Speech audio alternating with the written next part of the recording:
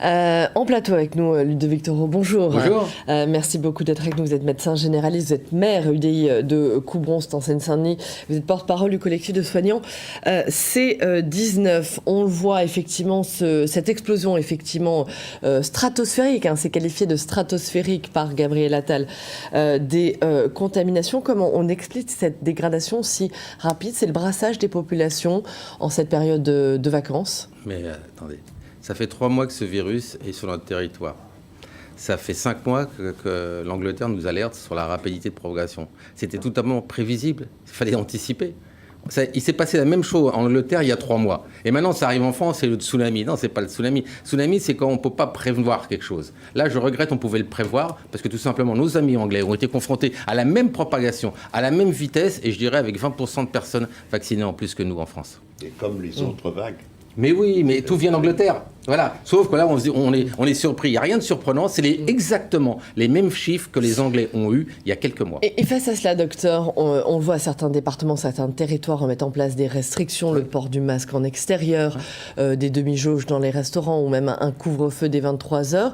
Est-ce que vous jugez qu'il va falloir peut-être en venir à étendre ces restrictions de façon nationale pour ralentir la propagation épidémique? Mais là encore, il n'y a rien de nouveau. Ça s'est fait depuis 6 mois, 1 an. C'est ce que fait le gouvernement régulièrement. Dès que le taux est un peu élevé, ce qu'on fait, on met des mesures supplémentaires. Parce que la problématique, aujourd'hui, l'hospitalier n'est pas plein parce que tout simplement, il y a un delta de 2 semaines à 3 semaines par rapport à une augmentation de la contamination. Et dans 3 semaines, on saura bien où on est au niveau hospitalier. Des mesures qui seront examinées à partir de cet après-midi par les parlementaires, par les députés en l'occurrence, l'isolement obligatoire des personnes contaminées, les contrôles qui sont prévus dans la nouvelle loi. Toutes ces mesures, elles sont nécessaires pour tenter de juguler l'explosion épidémique. Au-delà de nécessaires, est-ce qu'elles sont applicables? C'est la question que doit se poser. L'isolement des gens, on ne l'a pas réussi. Et là, à 10 000 par jour, vous allez les isoler. Qui va les contrôler? Mais attendez, au niveau de tous ces endroits-là, il va falloir engager des gens. Qui va payer? Aujourd'hui, je n'ai pas vu une ligne budgétaire qui a été développée pour mettre des agents de sécurité pour contrôler tout ça. Alors au-delà de ça, demain, ça va passer. Il y aura peut-être quelques restrictions qui seront enlevées, autre chose. Mais après, c'est l'application. Parce que jusqu'à présent, tout ce qu'on a mis en place, entre vous et moi, c'est pas super appliqué. Et il n'est pas question, on est tous d'accord. En particulier l'isolement. Ah non, mais l'isolement, de toute façon, surtout quand on va... Vous avez totalement raison. Et quand on va arrêter de tester, ça sera fini, d'accord? C'est ça, c'est qu'en fait, le tester, tracé, isolé... Au-dessus de 5 000 patients par jour, ça ne... Et puis même plus tard, en septembre, en octobre, à 45 €, personne ne va payer. Donc pour vous, les mesures qui sont prévues dans ce projet de loi, elles ne sont pas faisables, elles ne sont pas applicables en fait. Je vous demande en tant que médecin si elles sont nécessaires néanmoins. Oui, nécessaires, mais c'est l'avis de tous les médecins depuis le début. Pour ne pas avoir un virus, pour pas que je vous le donne, il me faut un masque, il me faut mettre loin de vous. C'est logique, il n'y a pas besoin d'être médecin. Sauf qu'aujourd'hui, on passe quelque part du tout ou rien à chaque fois. C'est tellement brutal, d'accord? Alors que ça fait 3 mois que ce virus, moi j'ai des conf calls toutes les semaines avec l'ARS et avec le préfet de région. On voyait les chiffres monter tout doucement depuis 3 mois. Et on attend, comme on dit, que ce mur arrive pour dire on va faire des choses. On n'aurait pas pu anticiper, justement, avec nos amis anglais qui nous avaient alertés aujourd'hui. Voilà, bien sûr que c'est nécessaire, mais est-ce que ça va être applicable? C'est ça ma question. Parce que les mots, il y en a assez, il faut un peu d'efficacité et de réalisme de ce qui se passe dans la rue, dans la vie de tous les jours. Beaucoup, Nivine, Ludovic Toro. Qu'est-ce qu'elles vous inspirent, ces mesures? Est-ce que vous vous dites, vous qui êtes à la fois médecin, bien sûr, mais vous êtes également maire d'une commune de Seine-Saint-Denis, est-ce que vous vous dites, oulala, comment je vais faire appliquer ça à partir de demain Attendez, ce sera la police nationale qui, évidemment, n'aura pas les moyens. Mais qui va appliquer ça? Moi, j'ai 3 policiers municipaux. Vous croyez qu'ils n'ont pas autre chose à faire dans ma ville qu'aller contrôler tout le monde? Maintenant, vous l'avez vu, on a pointé la chose sur la pharmacie. Tous les centres commerciaux, pratiquement, ont une pharmacie. On va mettre une distance sur une personne qui a soit une voiture, soit qui prend le bus, soit qui est à pied pour aller rejoindre une autre pharmacie qui est plus loin. C'est impossible de mettre en place cela. Ce seront des mots qui ne pourront pas être contrôlés. Maintenant, c'est vrai qu'il y a urgence, donc il faut faire des choses. Mais quel dommage qu'on n'ait pas réagi 3 mois avant quand ce virus est arrivé sur notre territoire. Quelles mesures supplémentaires faudrait-il mettre en place pour aujourd'hui tenter de ralentir la propagation épidémique? Mais c'est ce qu'on fait depuis un an et demi. Je veux dire, il n'y a pas de secret. Pour bloquer un virus, il faut mettre un masque, il faut avoir des distances. Je veux dire, pour tous les virus, c'est comme ça. Donc vous dites aujourd'hui, vu les chiffres des contaminations très importants, il faut remettre le port du masque obligatoire. Vous savez, le problème de la France, c'est qu'on est 20 points en moins que l'Angleterre en nombre de... N'oubliez pas que la vaccination, c'est 2 vaccins. Depuis le début, on nous dit une vaccination. C'est 2 vaccins pour avoir la protection à 95. On a 20 points de différence avec la Grande-Bretagne qui pourtant a eu aussi une montée très forte il y a 1 mois et demi. Donc moi, la réalité, il faut revenir en arrière parce qu'on n'a pas su être assez efficace. Et j'en ai assez de ce gouvernement qui attaque toujours les autres. c'est la faute des autres, c'est la faute des citoyens, c'est la faute de ceci, la faute de cela. Non, c'est ceux qui dirigent, qui n'ont pas réussi et qui sont contraints médicalement aujourd'hui d'appliquer des mesures très très fortes. Ça c'est clair, je pense qu'ils espéraient que ça se fasse pas en France, mais c'est toujours fait en faisant de la terre. Ça a touché le nord, ça descendait en région parisienne. Là c'est le littoral parce qu'il y a plus de fréquentation. Mais je voudrais poser une question sur le pass sanitaire.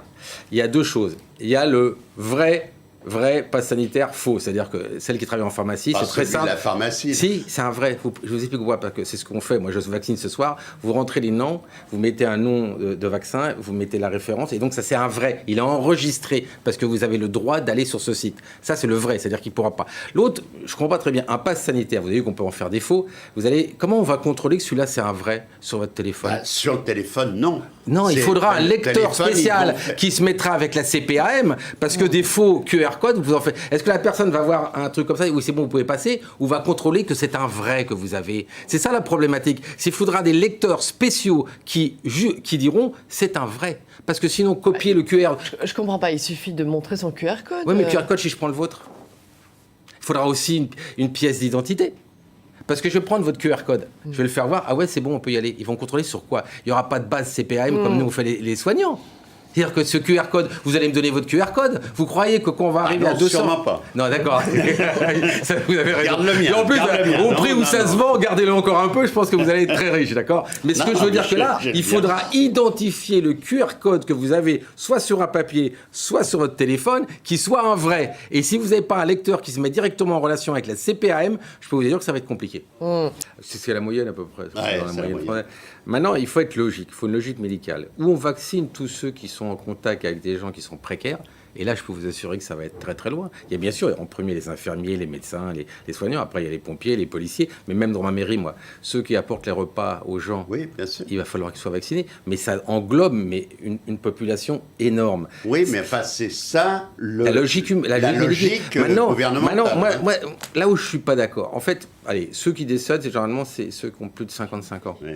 On n'a pas su cibler ces gens-là, et donc du coup, on va cibler ceux qui sont l'autre côté pour pas transmettre le virus. Oui, mais si vous avez touché cette population, on a le taux qui est à 80%, 80% et un peu plus bas, 60%. Les cibler. Et plutôt que de demander aux médecins généralistes qu'on va l'envoyer la liste de tous ceux qui ne sont pas vaccinés, il aurait fallu lui envoyer la liste de ceux qui ne sont pas vaccinés au-dessus de 55 ans. Un peu de logique, un peu de réalité médicale. Et voilà, et là, c'est pas fini. Il y a les pompiers, mais d'autres aussi vont dire non. Parce que pourquoi moi et pourquoi pas lui? C'est la problématique. L'exemplarité est pour tout le monde, d'accord? Et dans ce cas-là, il aurait fallu rendre la vaccination obligatoire. C'est ce que demandent les parlementaires socialistes ce matin. Alors, les parlementaires socialistes font ça pour une raison médicale. La vaccination obligatoire pour tout le monde, vous avez bien compris que même quand on prend une frange, ça n'avance pas.